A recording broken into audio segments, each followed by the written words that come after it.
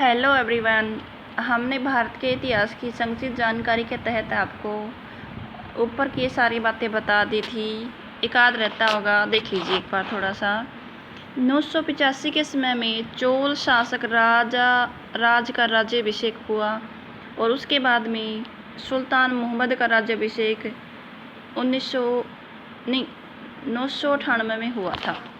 देखिए, यहाँ पे हमने आपको कुछ राजवंश बताए हैं, तो उनको कई बार परीक्षा में सीरीज में लगाना आ जाता है कि कौन सा राजवंश का शासन पहले था, कौन से का बाद में था। तो सबसे पहले हमने यहाँ पे गुप्त वंश को पढ़ा, उसके बाद हमने वर्धन वंश को पढ़ा था और अब हमने चोल वंश भी आपको बता दिया। इसका मतलब अब इनको आप तिथियों के हिसाब से अनुमान लगा सकते हो कि कौन सा राजवंश पहले था और कौन सा राजवंश बाद में था। अब हम पढ़ेंगे यहाँ पर 1000 से लेकर 1499 तक के इतिहास के बारे में। तो थोड़ा सा इसको पढ़ाने से पहले हम आपको बता दें कि जो 1499 का जो समय था वो आपके भारत के लिए काफ़ी ज़्यादा टर्निंग पॉइंट था, क्योंकि उससे पहले का जो भारत था और उसके बाद का जो भारत है उसमें धीरे धीरे परिवर्तन होना शुरू हो गया था। एक क्वेश्चन आप काफ़ी लंबे टाइम से बचपन से ही सुनते आ रही हैं और आपने सुना होगा कि वास्को डी गामा भारत कब आया था। तो वही प्रश्न आपका यहाँ से उठता है। वास्को डी गामा जो था वो यूरोप का एक नाविक था और उसका उद्देश्य अधिक से अधिक देशों की खोज करना था। तो इसके लिए वो आपके भारत में पहुँचा था और वो समय था 1498 का। उसके बाद धीरे धीरे यूरोप के व्यक्तियों को या व्यापारियों को इस बात का पता चल गया था कि एक ऐसा संपन्न देश है जिसमें यूरोप के लोग व्यापार कर सकते हैं और काफ़ी ज़्यादा लाभ कमा सकते हैं। यानी कि धीरे धीरे फिर यूरोप के यात्रियों का, यूरोप के व्यापारियों का आपके देश के अंदर आगमन शुरू हो गया था और व्यापारी से धीरे धीरे बाद में वो फिर देश के राजा बन गए थे। तो अब हम आपको बता देते हैं कि किस किस प्रकार से वास्को डी गामा के आने से पहले देश की राजनीति में क्या कुछ हुआ था, कौन सा राजवंश शक्तिशाली था और कौन कौन सा राजवंश का पतन हुआ और किसका उदय हुआ।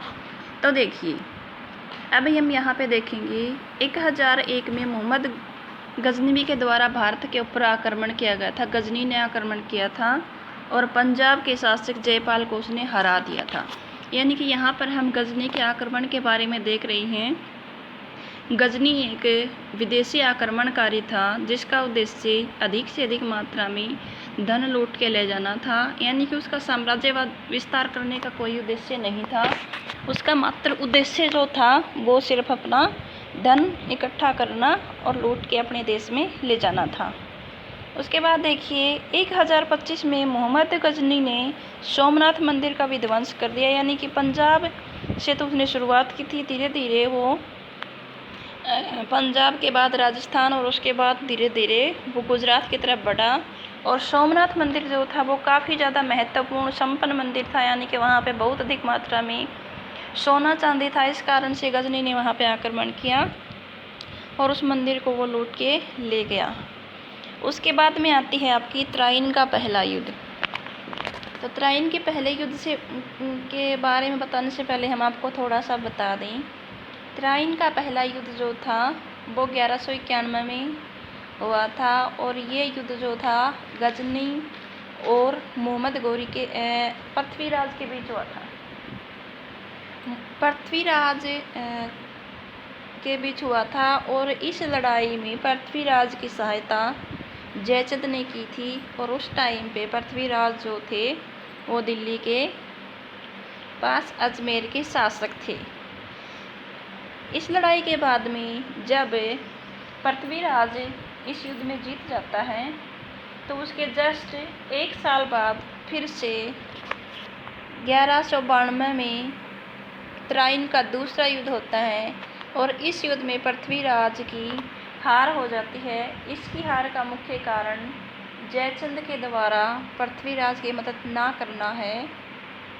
और ये भी बताया जाता है कि तराइन की पहली लड़ाई में गजनी जो था वो हार गया था और हार के वो वापस चला गया था। उसने ये निर्णय लिया था कि अब वो कभी भी भारत के ऊपर आक्रमण नहीं करेगा।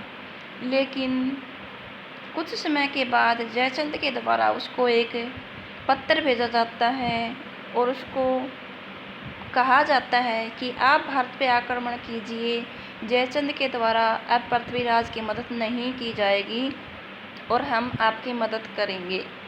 तो ऐसा मौका मिलने के बाद में गजनी ने फिर से भारत के ऊपर आक्रमण किया और 1192 के अंदर उसने तराइन को जीत लिया।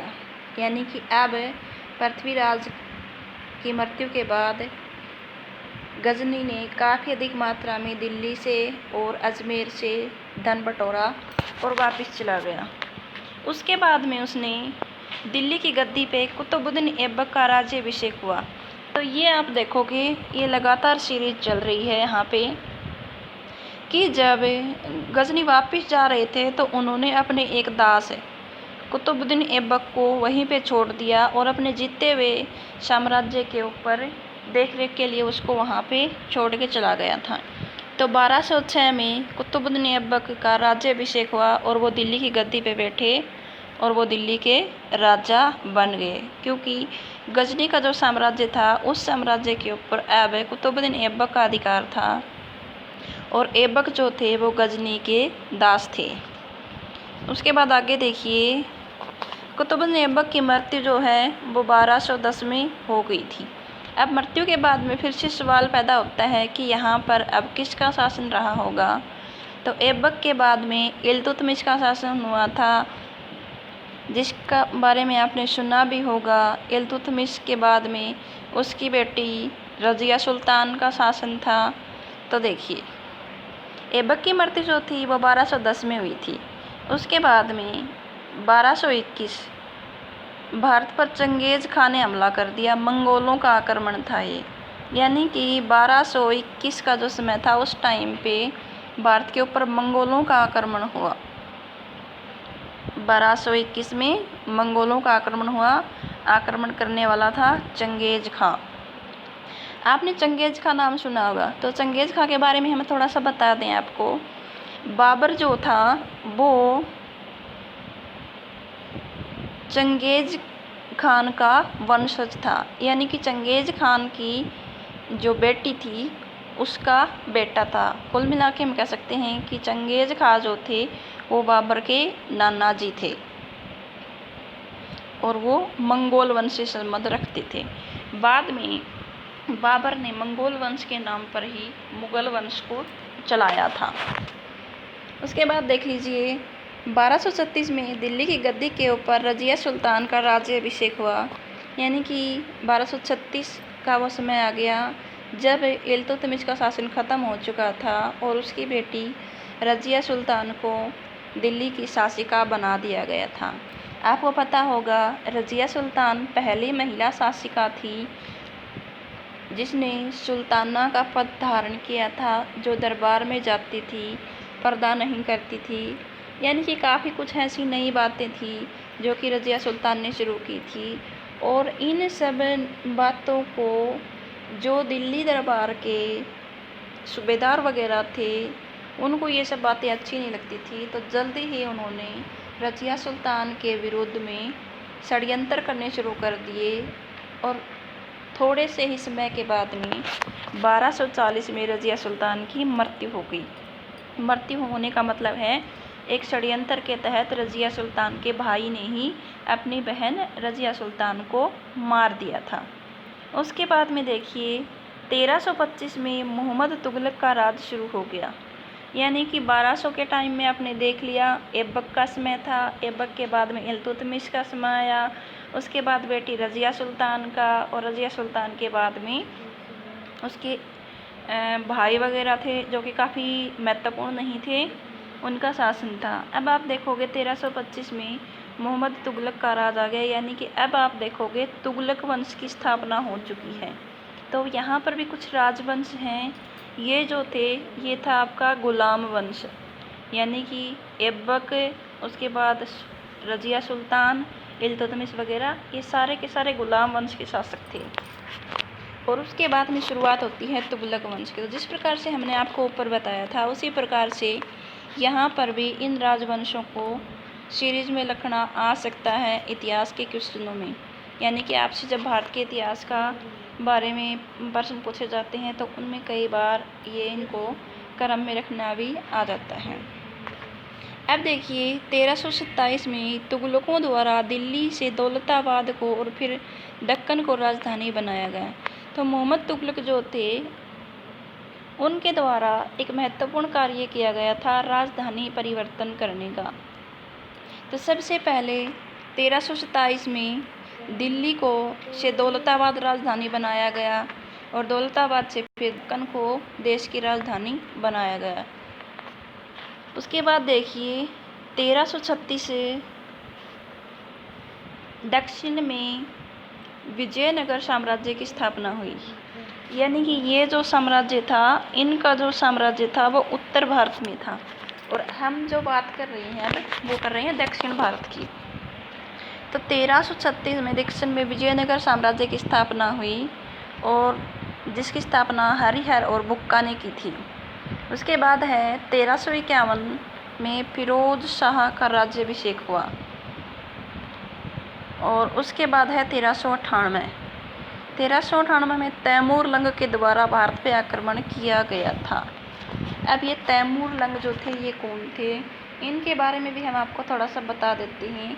जिस प्रकार से चंगेज़ खां जो थे वो बाबर के नाना थे, उसी प्रकार से तैमूर लंग जो थे वो बाबर के दादा थे।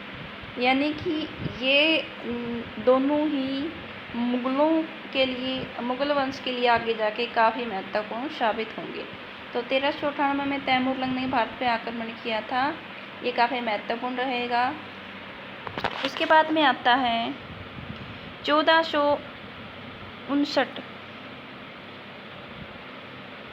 गुरु नानक का जन्म हुआ था। गुरु नानक जी आपको पता होगा सिख धर्म के प्रवर्तक थे, उन्होंने सिख धर्म की स्थापना की थी। और उसके बाद आप देखिए 1494 में फरगना में बाबर का राज्याभिषेक हुआ। फरगना जो है वो आधुनिक अफ़गानिस्तान का क्षेत्र है, तो वहाँ पर बाबर सबसे पहले अपने साम्राज्य का शासक बना था।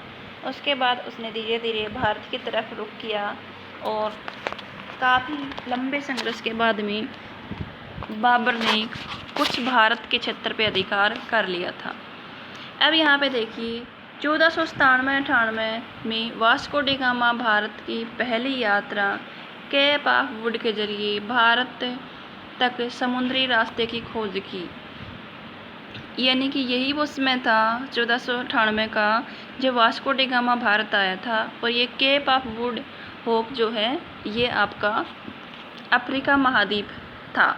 यानी कि ये आपका कुछ ऐसे अफ्रीका महाद्वीप पड़ता है, तो इधर यूरोप था, इस यूरोप से ये इस प्रकार से चक्कर लगा के अफ्रीका के यहाँ से होता हुआ और इस प्रकार से यहाँ भारत में पहुँचा था। तो ये जो क्षेत्र है आपका केप ऑफ गुड वो ये यहाँ पे था और इस रास्ते से उसने सबसे पहले भारत की खोज की थी। तो डियर स्टूडेंट एवरीवन, जो वीडियो को देख रहे हैं वो अधिक से अधिक लाइक करें।